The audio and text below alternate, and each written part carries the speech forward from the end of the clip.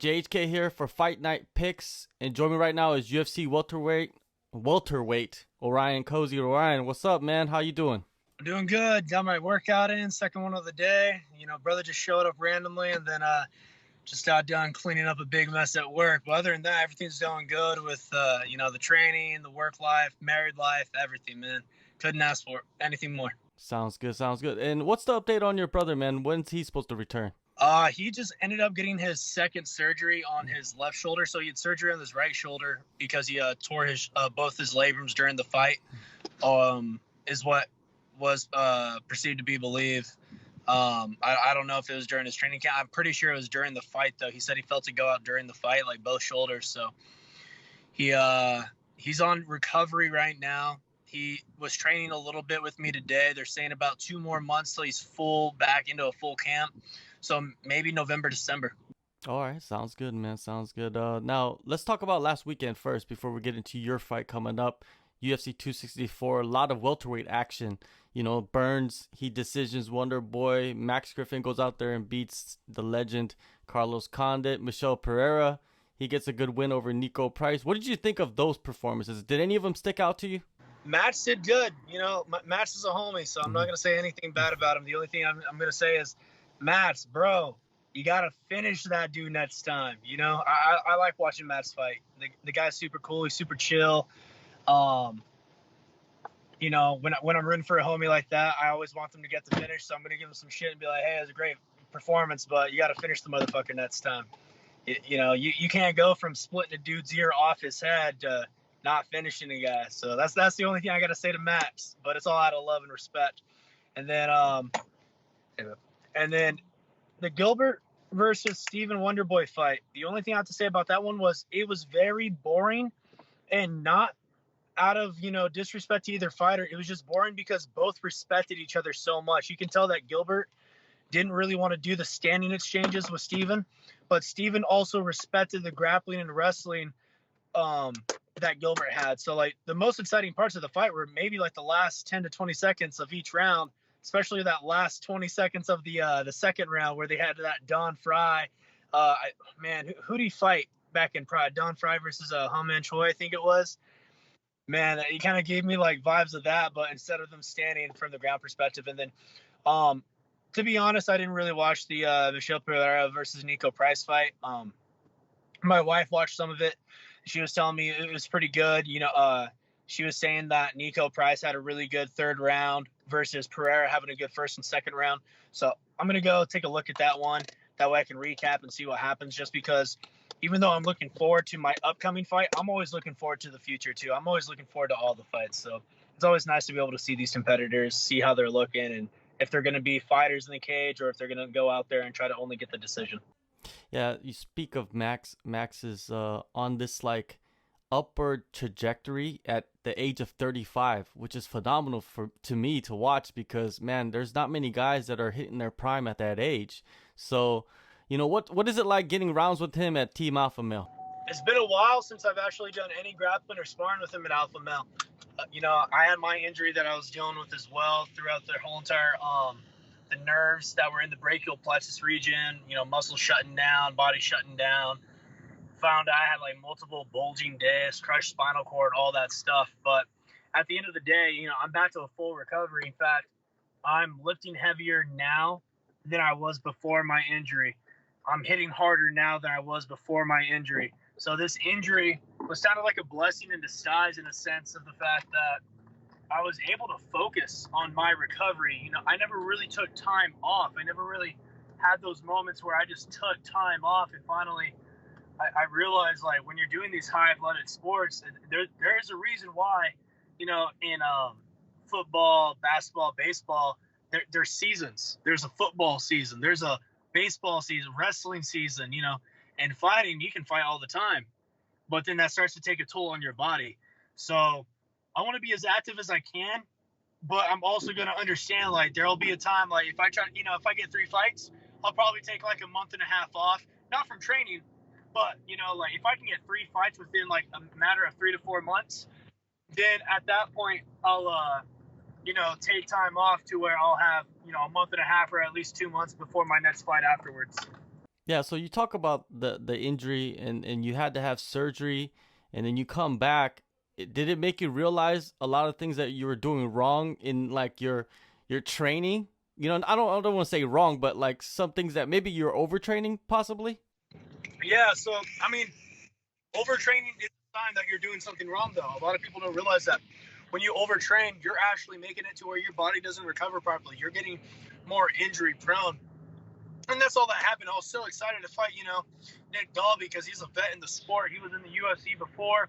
He was making his comeback to the UFC. I was super stoked. I was on my honeymoon when I found out I had that fight. And I was like, fuck it, let's take that fight. And so the honeymoon also turned into a vacation honeymoon. So, like, not a vacation, but like a training honeymoon. I was, working out. Whenever I was swimming, I wasn't swimming for luxury or leisure. I was swimming for a training session. And yeah, luckily for me though, no surgery. I did not have to get surgery. They wanted me to get surgery. And I told them no. I had another doctor saying, well, it's going to be a long time. You can't lift for at least a year, year and a half. It's going to be, you got to get cortisone shots. It's going to be a long time before you can do anything again. I was like, fuck you. Literally, like, I told my doctor buddy, because he was like, you should get the cortisone shot. And I remember I was training him. I was like, as your friend, even though you're the doctor, as your friend, Jay, I'm going to tell you right now, because his first name is Joshua, but I call him Jay. I had to tell him, I was like, fuck you, bro. I'm going to be lifting next week. And I started lifting. I started working out again. And even though it was, painful, I kept lifting. I kept eating, kept recovering. And I gave my body, everything that it needed. I was taking in more vitamins, more nutrition. I wasn't overtraining. I wasn't working out 2 hours, in a row, high intensity anymore.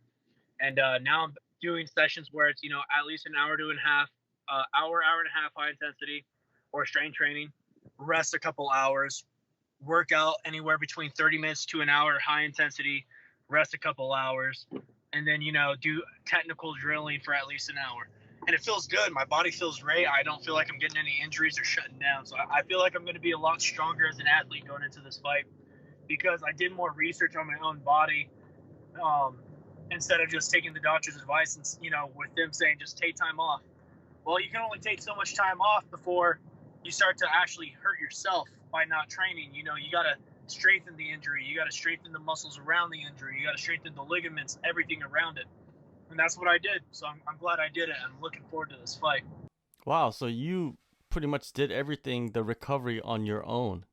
For the most part, yeah.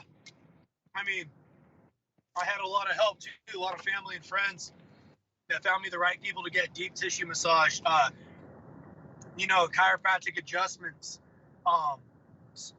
nerve massage. It's weird, but they massage so deep that they're hitting the nerves and they focus on the nerves and how to repair them. And then I had a couple of people doing adjustments, ice baths, went to the UFC. I am so grateful to have the PI, just fly to Vegas and just train there a couple of days, get the rehabilitation, all that I needed. They gave me a bunch of different exercises to do, and I followed through, kept my diet up. They sent me a diet program to follow, and yeah, obviously I got to thank my wife for being a part of it too, because I didn't sleep for like the first 3-4 days during the injury, and she had to tolerate that. So she put up with a lot of my bullshit, because when I'm in pain, I'm an asshole. I'm not a fun person to be around. And then, lack of sleep, I'm an asshole. So she did really good with all that, and I have nothing, but gratitude and thanks for my wife for doing that. Yeah, wives are the real heroes, man. I know what you mean. They deal with us when we're at our worst, you know what I mean? So now, how long after did you actually get back into like full contact training, like sparring and all of that good stuff?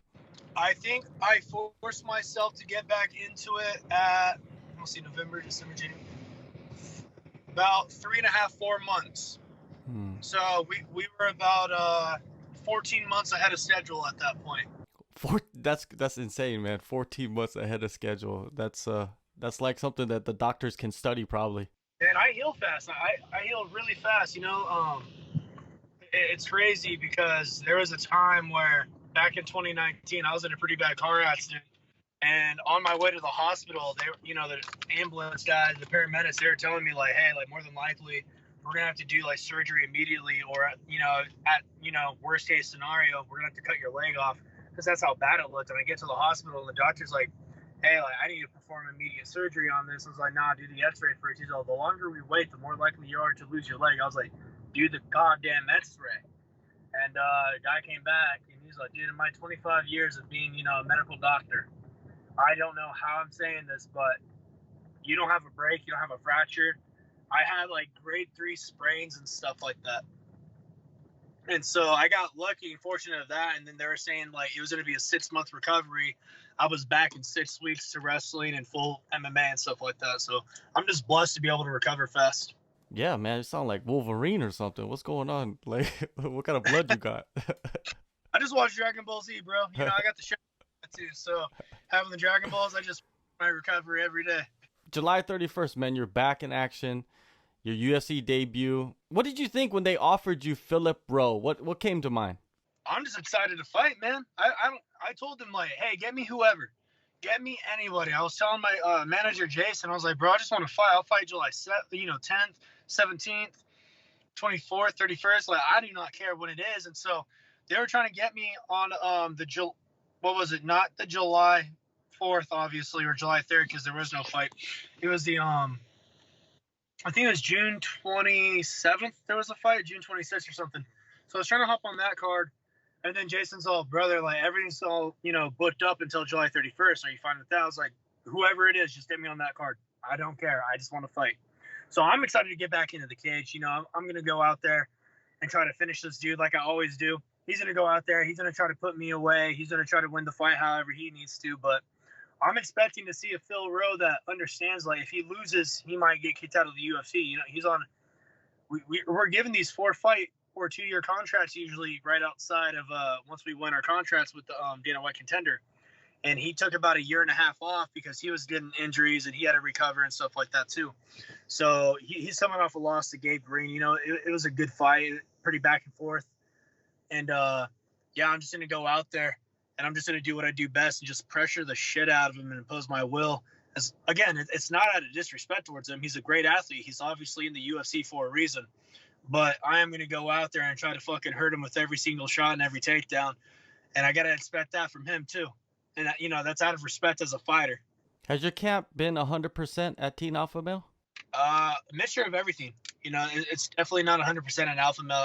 At my workplace, going up to Humboldt, just anywhere I train. If I go swimming, I'm making that my training. I was in my buddy's swimming pool the other night after the fights. And I was literally doing water resistance, shadow sparring, full like, water resistance, shadow boxing with kicks, knees, elbows, and stuff like that for 20 minutes nonstop, high intensity, trying to go as hard as I can. And the great part about that is you get a great workout from the resistance, and it's such low impact because you're inside the water. So you can work on your water technique, breathing, and stuff like that too. But honestly, man, all these guys, they talk about being at one specific gym, but if you're a fighter, you should be ready all the time. So hopefully right after this fight, if there's no injuries and I get that W, I'm looking forward to going and getting another fight quick after. I'm down to fight 3 times in 5 weeks again like I used to. Heading into, your brother's fight, you and your brother got a lot of attention from the Contender Series, so there's expectations when you guys enter the octagon. What are your expectations for yourself against Philip Rowe? Go out there and leave the judges out of it. Fucking hate those guys. They suck. But, jokes aside and not jokes aside, just go out there and do what I do best. Impose my will, be aggressive, and have fun. I go out there, I don't think, and it's the guys that think they're slow. If you get hit and you're thinking about, man, that hurt, then that got in your head a little bit. But every time I fought, every time I've been hit or someone takes me down, I don't think about anything. I'm just like, whatever, it's part of fighting. Shit happens. I'm going to get back up, or I'm going to reverse the position and start doing what I do best and beat the shit out of this guy. I just like fighting, man.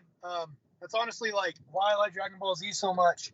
It's because Goku, he's super selfish. That's one thing a lot of people don't realize is like Goku is like the most selfish character out of all characters. He doesn't fight for his family. He doesn't fight for like his friends, He fights for himself. He just wants to fight the strongest people, and that's what I want to do. I want to fight the best fighters. I don't really fight for the money. I mean, I do. Making money's cool. I like having money, but I fight because I really honestly like fighting. It's a fun sport, and there's nothing like it. There's nothing more adrenaline rushing than it. Now, we spoke about injuries earlier. Last weekend we saw McGregor break his leg. Chris Weidman broke his leg a few weeks back at another pay-per-view.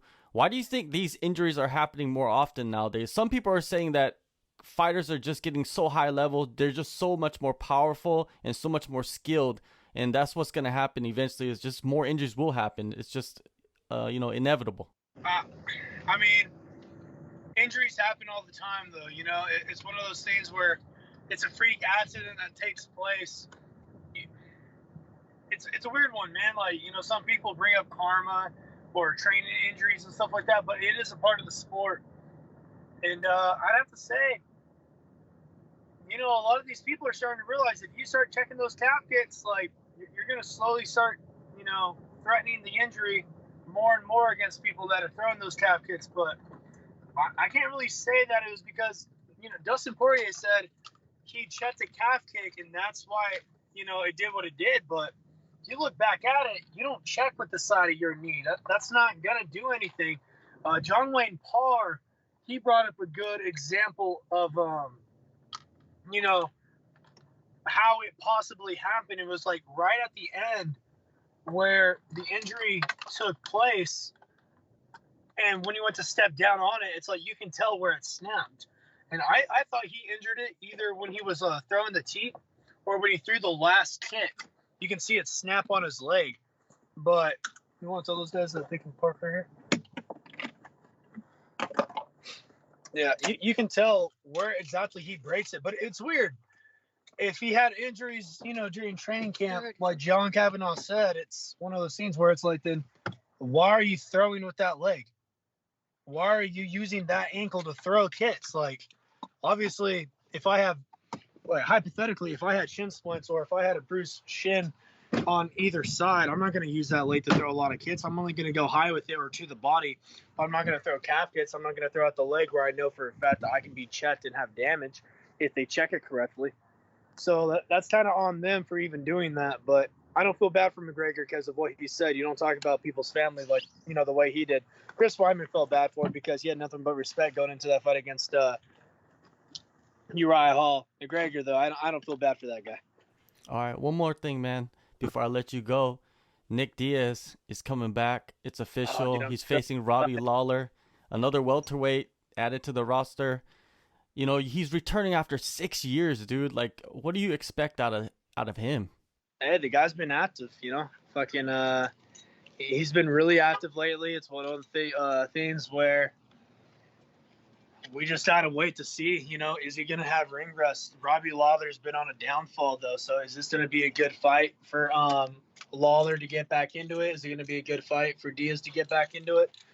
We're not going to know until we finally see, Diaz in the cage and how he performs. But I feel like Diaz, because he knows how to fight, he has that fighter's mentality too. When he's in the cage, he doesn't give a shit. He just wants to fight. Like, he's there to make money. He's there to beat people up. He's not there to be homies with anybody. But, yeah, no, it'll be good. Hopefully after this fight, if I can get another quick fights on that card, I'd love to be on that card. No doubt, man. Well, July 31st, man, you're back in action in Las Vegas. Orion, thank you so much. Shout out to your wife for holding the phone for most of the interview. And yeah, man, we'll speak soon. Thank you so much. Sounds good. Maybe we'll get another interview right before the fight or right after. All right, man. Peace. All righty. Take care, Jay.